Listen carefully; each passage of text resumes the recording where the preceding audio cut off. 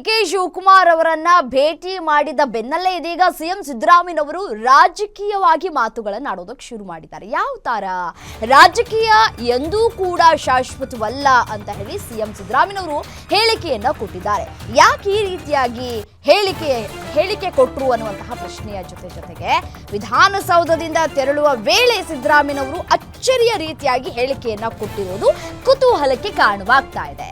ರಾಜಕೀಯ ಶಾಶ್ವತ ಅಲ್ಲ, ನಾನು ಯಾವುದಕ್ಕೂ ತಲೆ ಕೆಡಿಸ್ಕೊಳ್ಳೋದಿಲ್ಲ, ರಾಜಕೀಯ ನಮ್ಮಪ್ಪನ ಆಸ್ತಿ ಅಲ್ಲ, ಏನಾಗುತ್ತೋ ಆಗಲಿ. ಬೇಳೂರು ಗೋಪಾಲಕೃಷ್ಣ ಜೊತೆ ಮಾತನಾಡುವಾಗ ಸಿಎಂ ಈ ರೀತಿಯಾಗಿ ಮಾತನಾಡಿದ್ದಾರೆ. ತಮ್ಮ ಕೊಠಡಿಯಲ್ಲಿ ಸಭೆಯನ್ನ ಮುಗಿಸಿ ತೆರಳುವಾಗ ಸಿಎಂಗೆ ಅಡ್ಡವಾಗಿ ಬಂದು ಮಾತನಾಡಿಸಿದ್ದಾರೆ ಬೇಳೂರು ಗೋಪಾಲಕೃಷ್ಣ.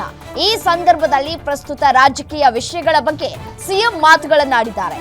ಸಿಎಂ ಮಾತಾಡುವಾಗ ರಾಜಕೀಯ ಶಾಶ್ವತವಲ್ಲ ಅಂತ ಹೇಳಿ ಮಾತನಾಡಿದ್ದಾರೆ ಸಿಎಂ ಸಿದ್ದರಾಮಯ್ಯನವರು. ಅಲ್ಲಿಗೆ ಅವರು ಈ ಹಿಂದೆ ಒಂದು ಹೇಳಿಕೆಯನ್ನ ಕೊಟ್ಟಿದ್ರು, ಅದನ್ನು ಕೂಡ ಹೇಳ್ತಾ ಹೋಗ್ತೀವಿ. ನೋಡೋಣ ಏನು ಹೇಳಿದ್ರು ಸಿಎಂ ಅಂತ ಕೇಳಿಸ್ಕೊಳ್ಳಿ.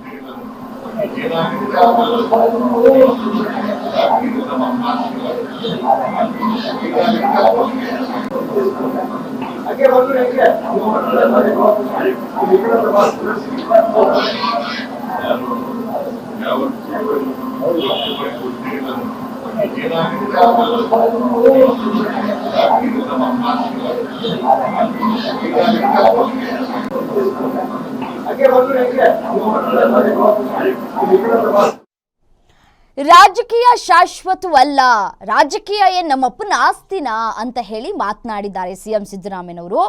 ಈ ಹಿಂದೆ ಅವರು ಒಂದು ಹೇಳಿಕೆ ಕೊಟ್ಟಿದ್ರು, ಬಜೆಟ್ ಮಂಡನೆ ನಾನೇ ಮಾಡ್ತೀನಿ ಈ ಬಾರಿ ಅಂತ ಹೇಳಿ. ಬಜೆಟ್ ಮಂಡನೆ ಆದ ನಂತರ ಸಿಎಂ ಸಿದ್ದರಾಮಯ್ಯನವರ ಬದಲಾವಣೆ ಆಗುವಂತಹ ಸಾಧ್ಯತೆಗಳನ್ನು ಈ ಹಿಂದೆನೇ ಅವರು ಹಿಂಟ್ ಕೊಟ್ಟಿದ್ರು.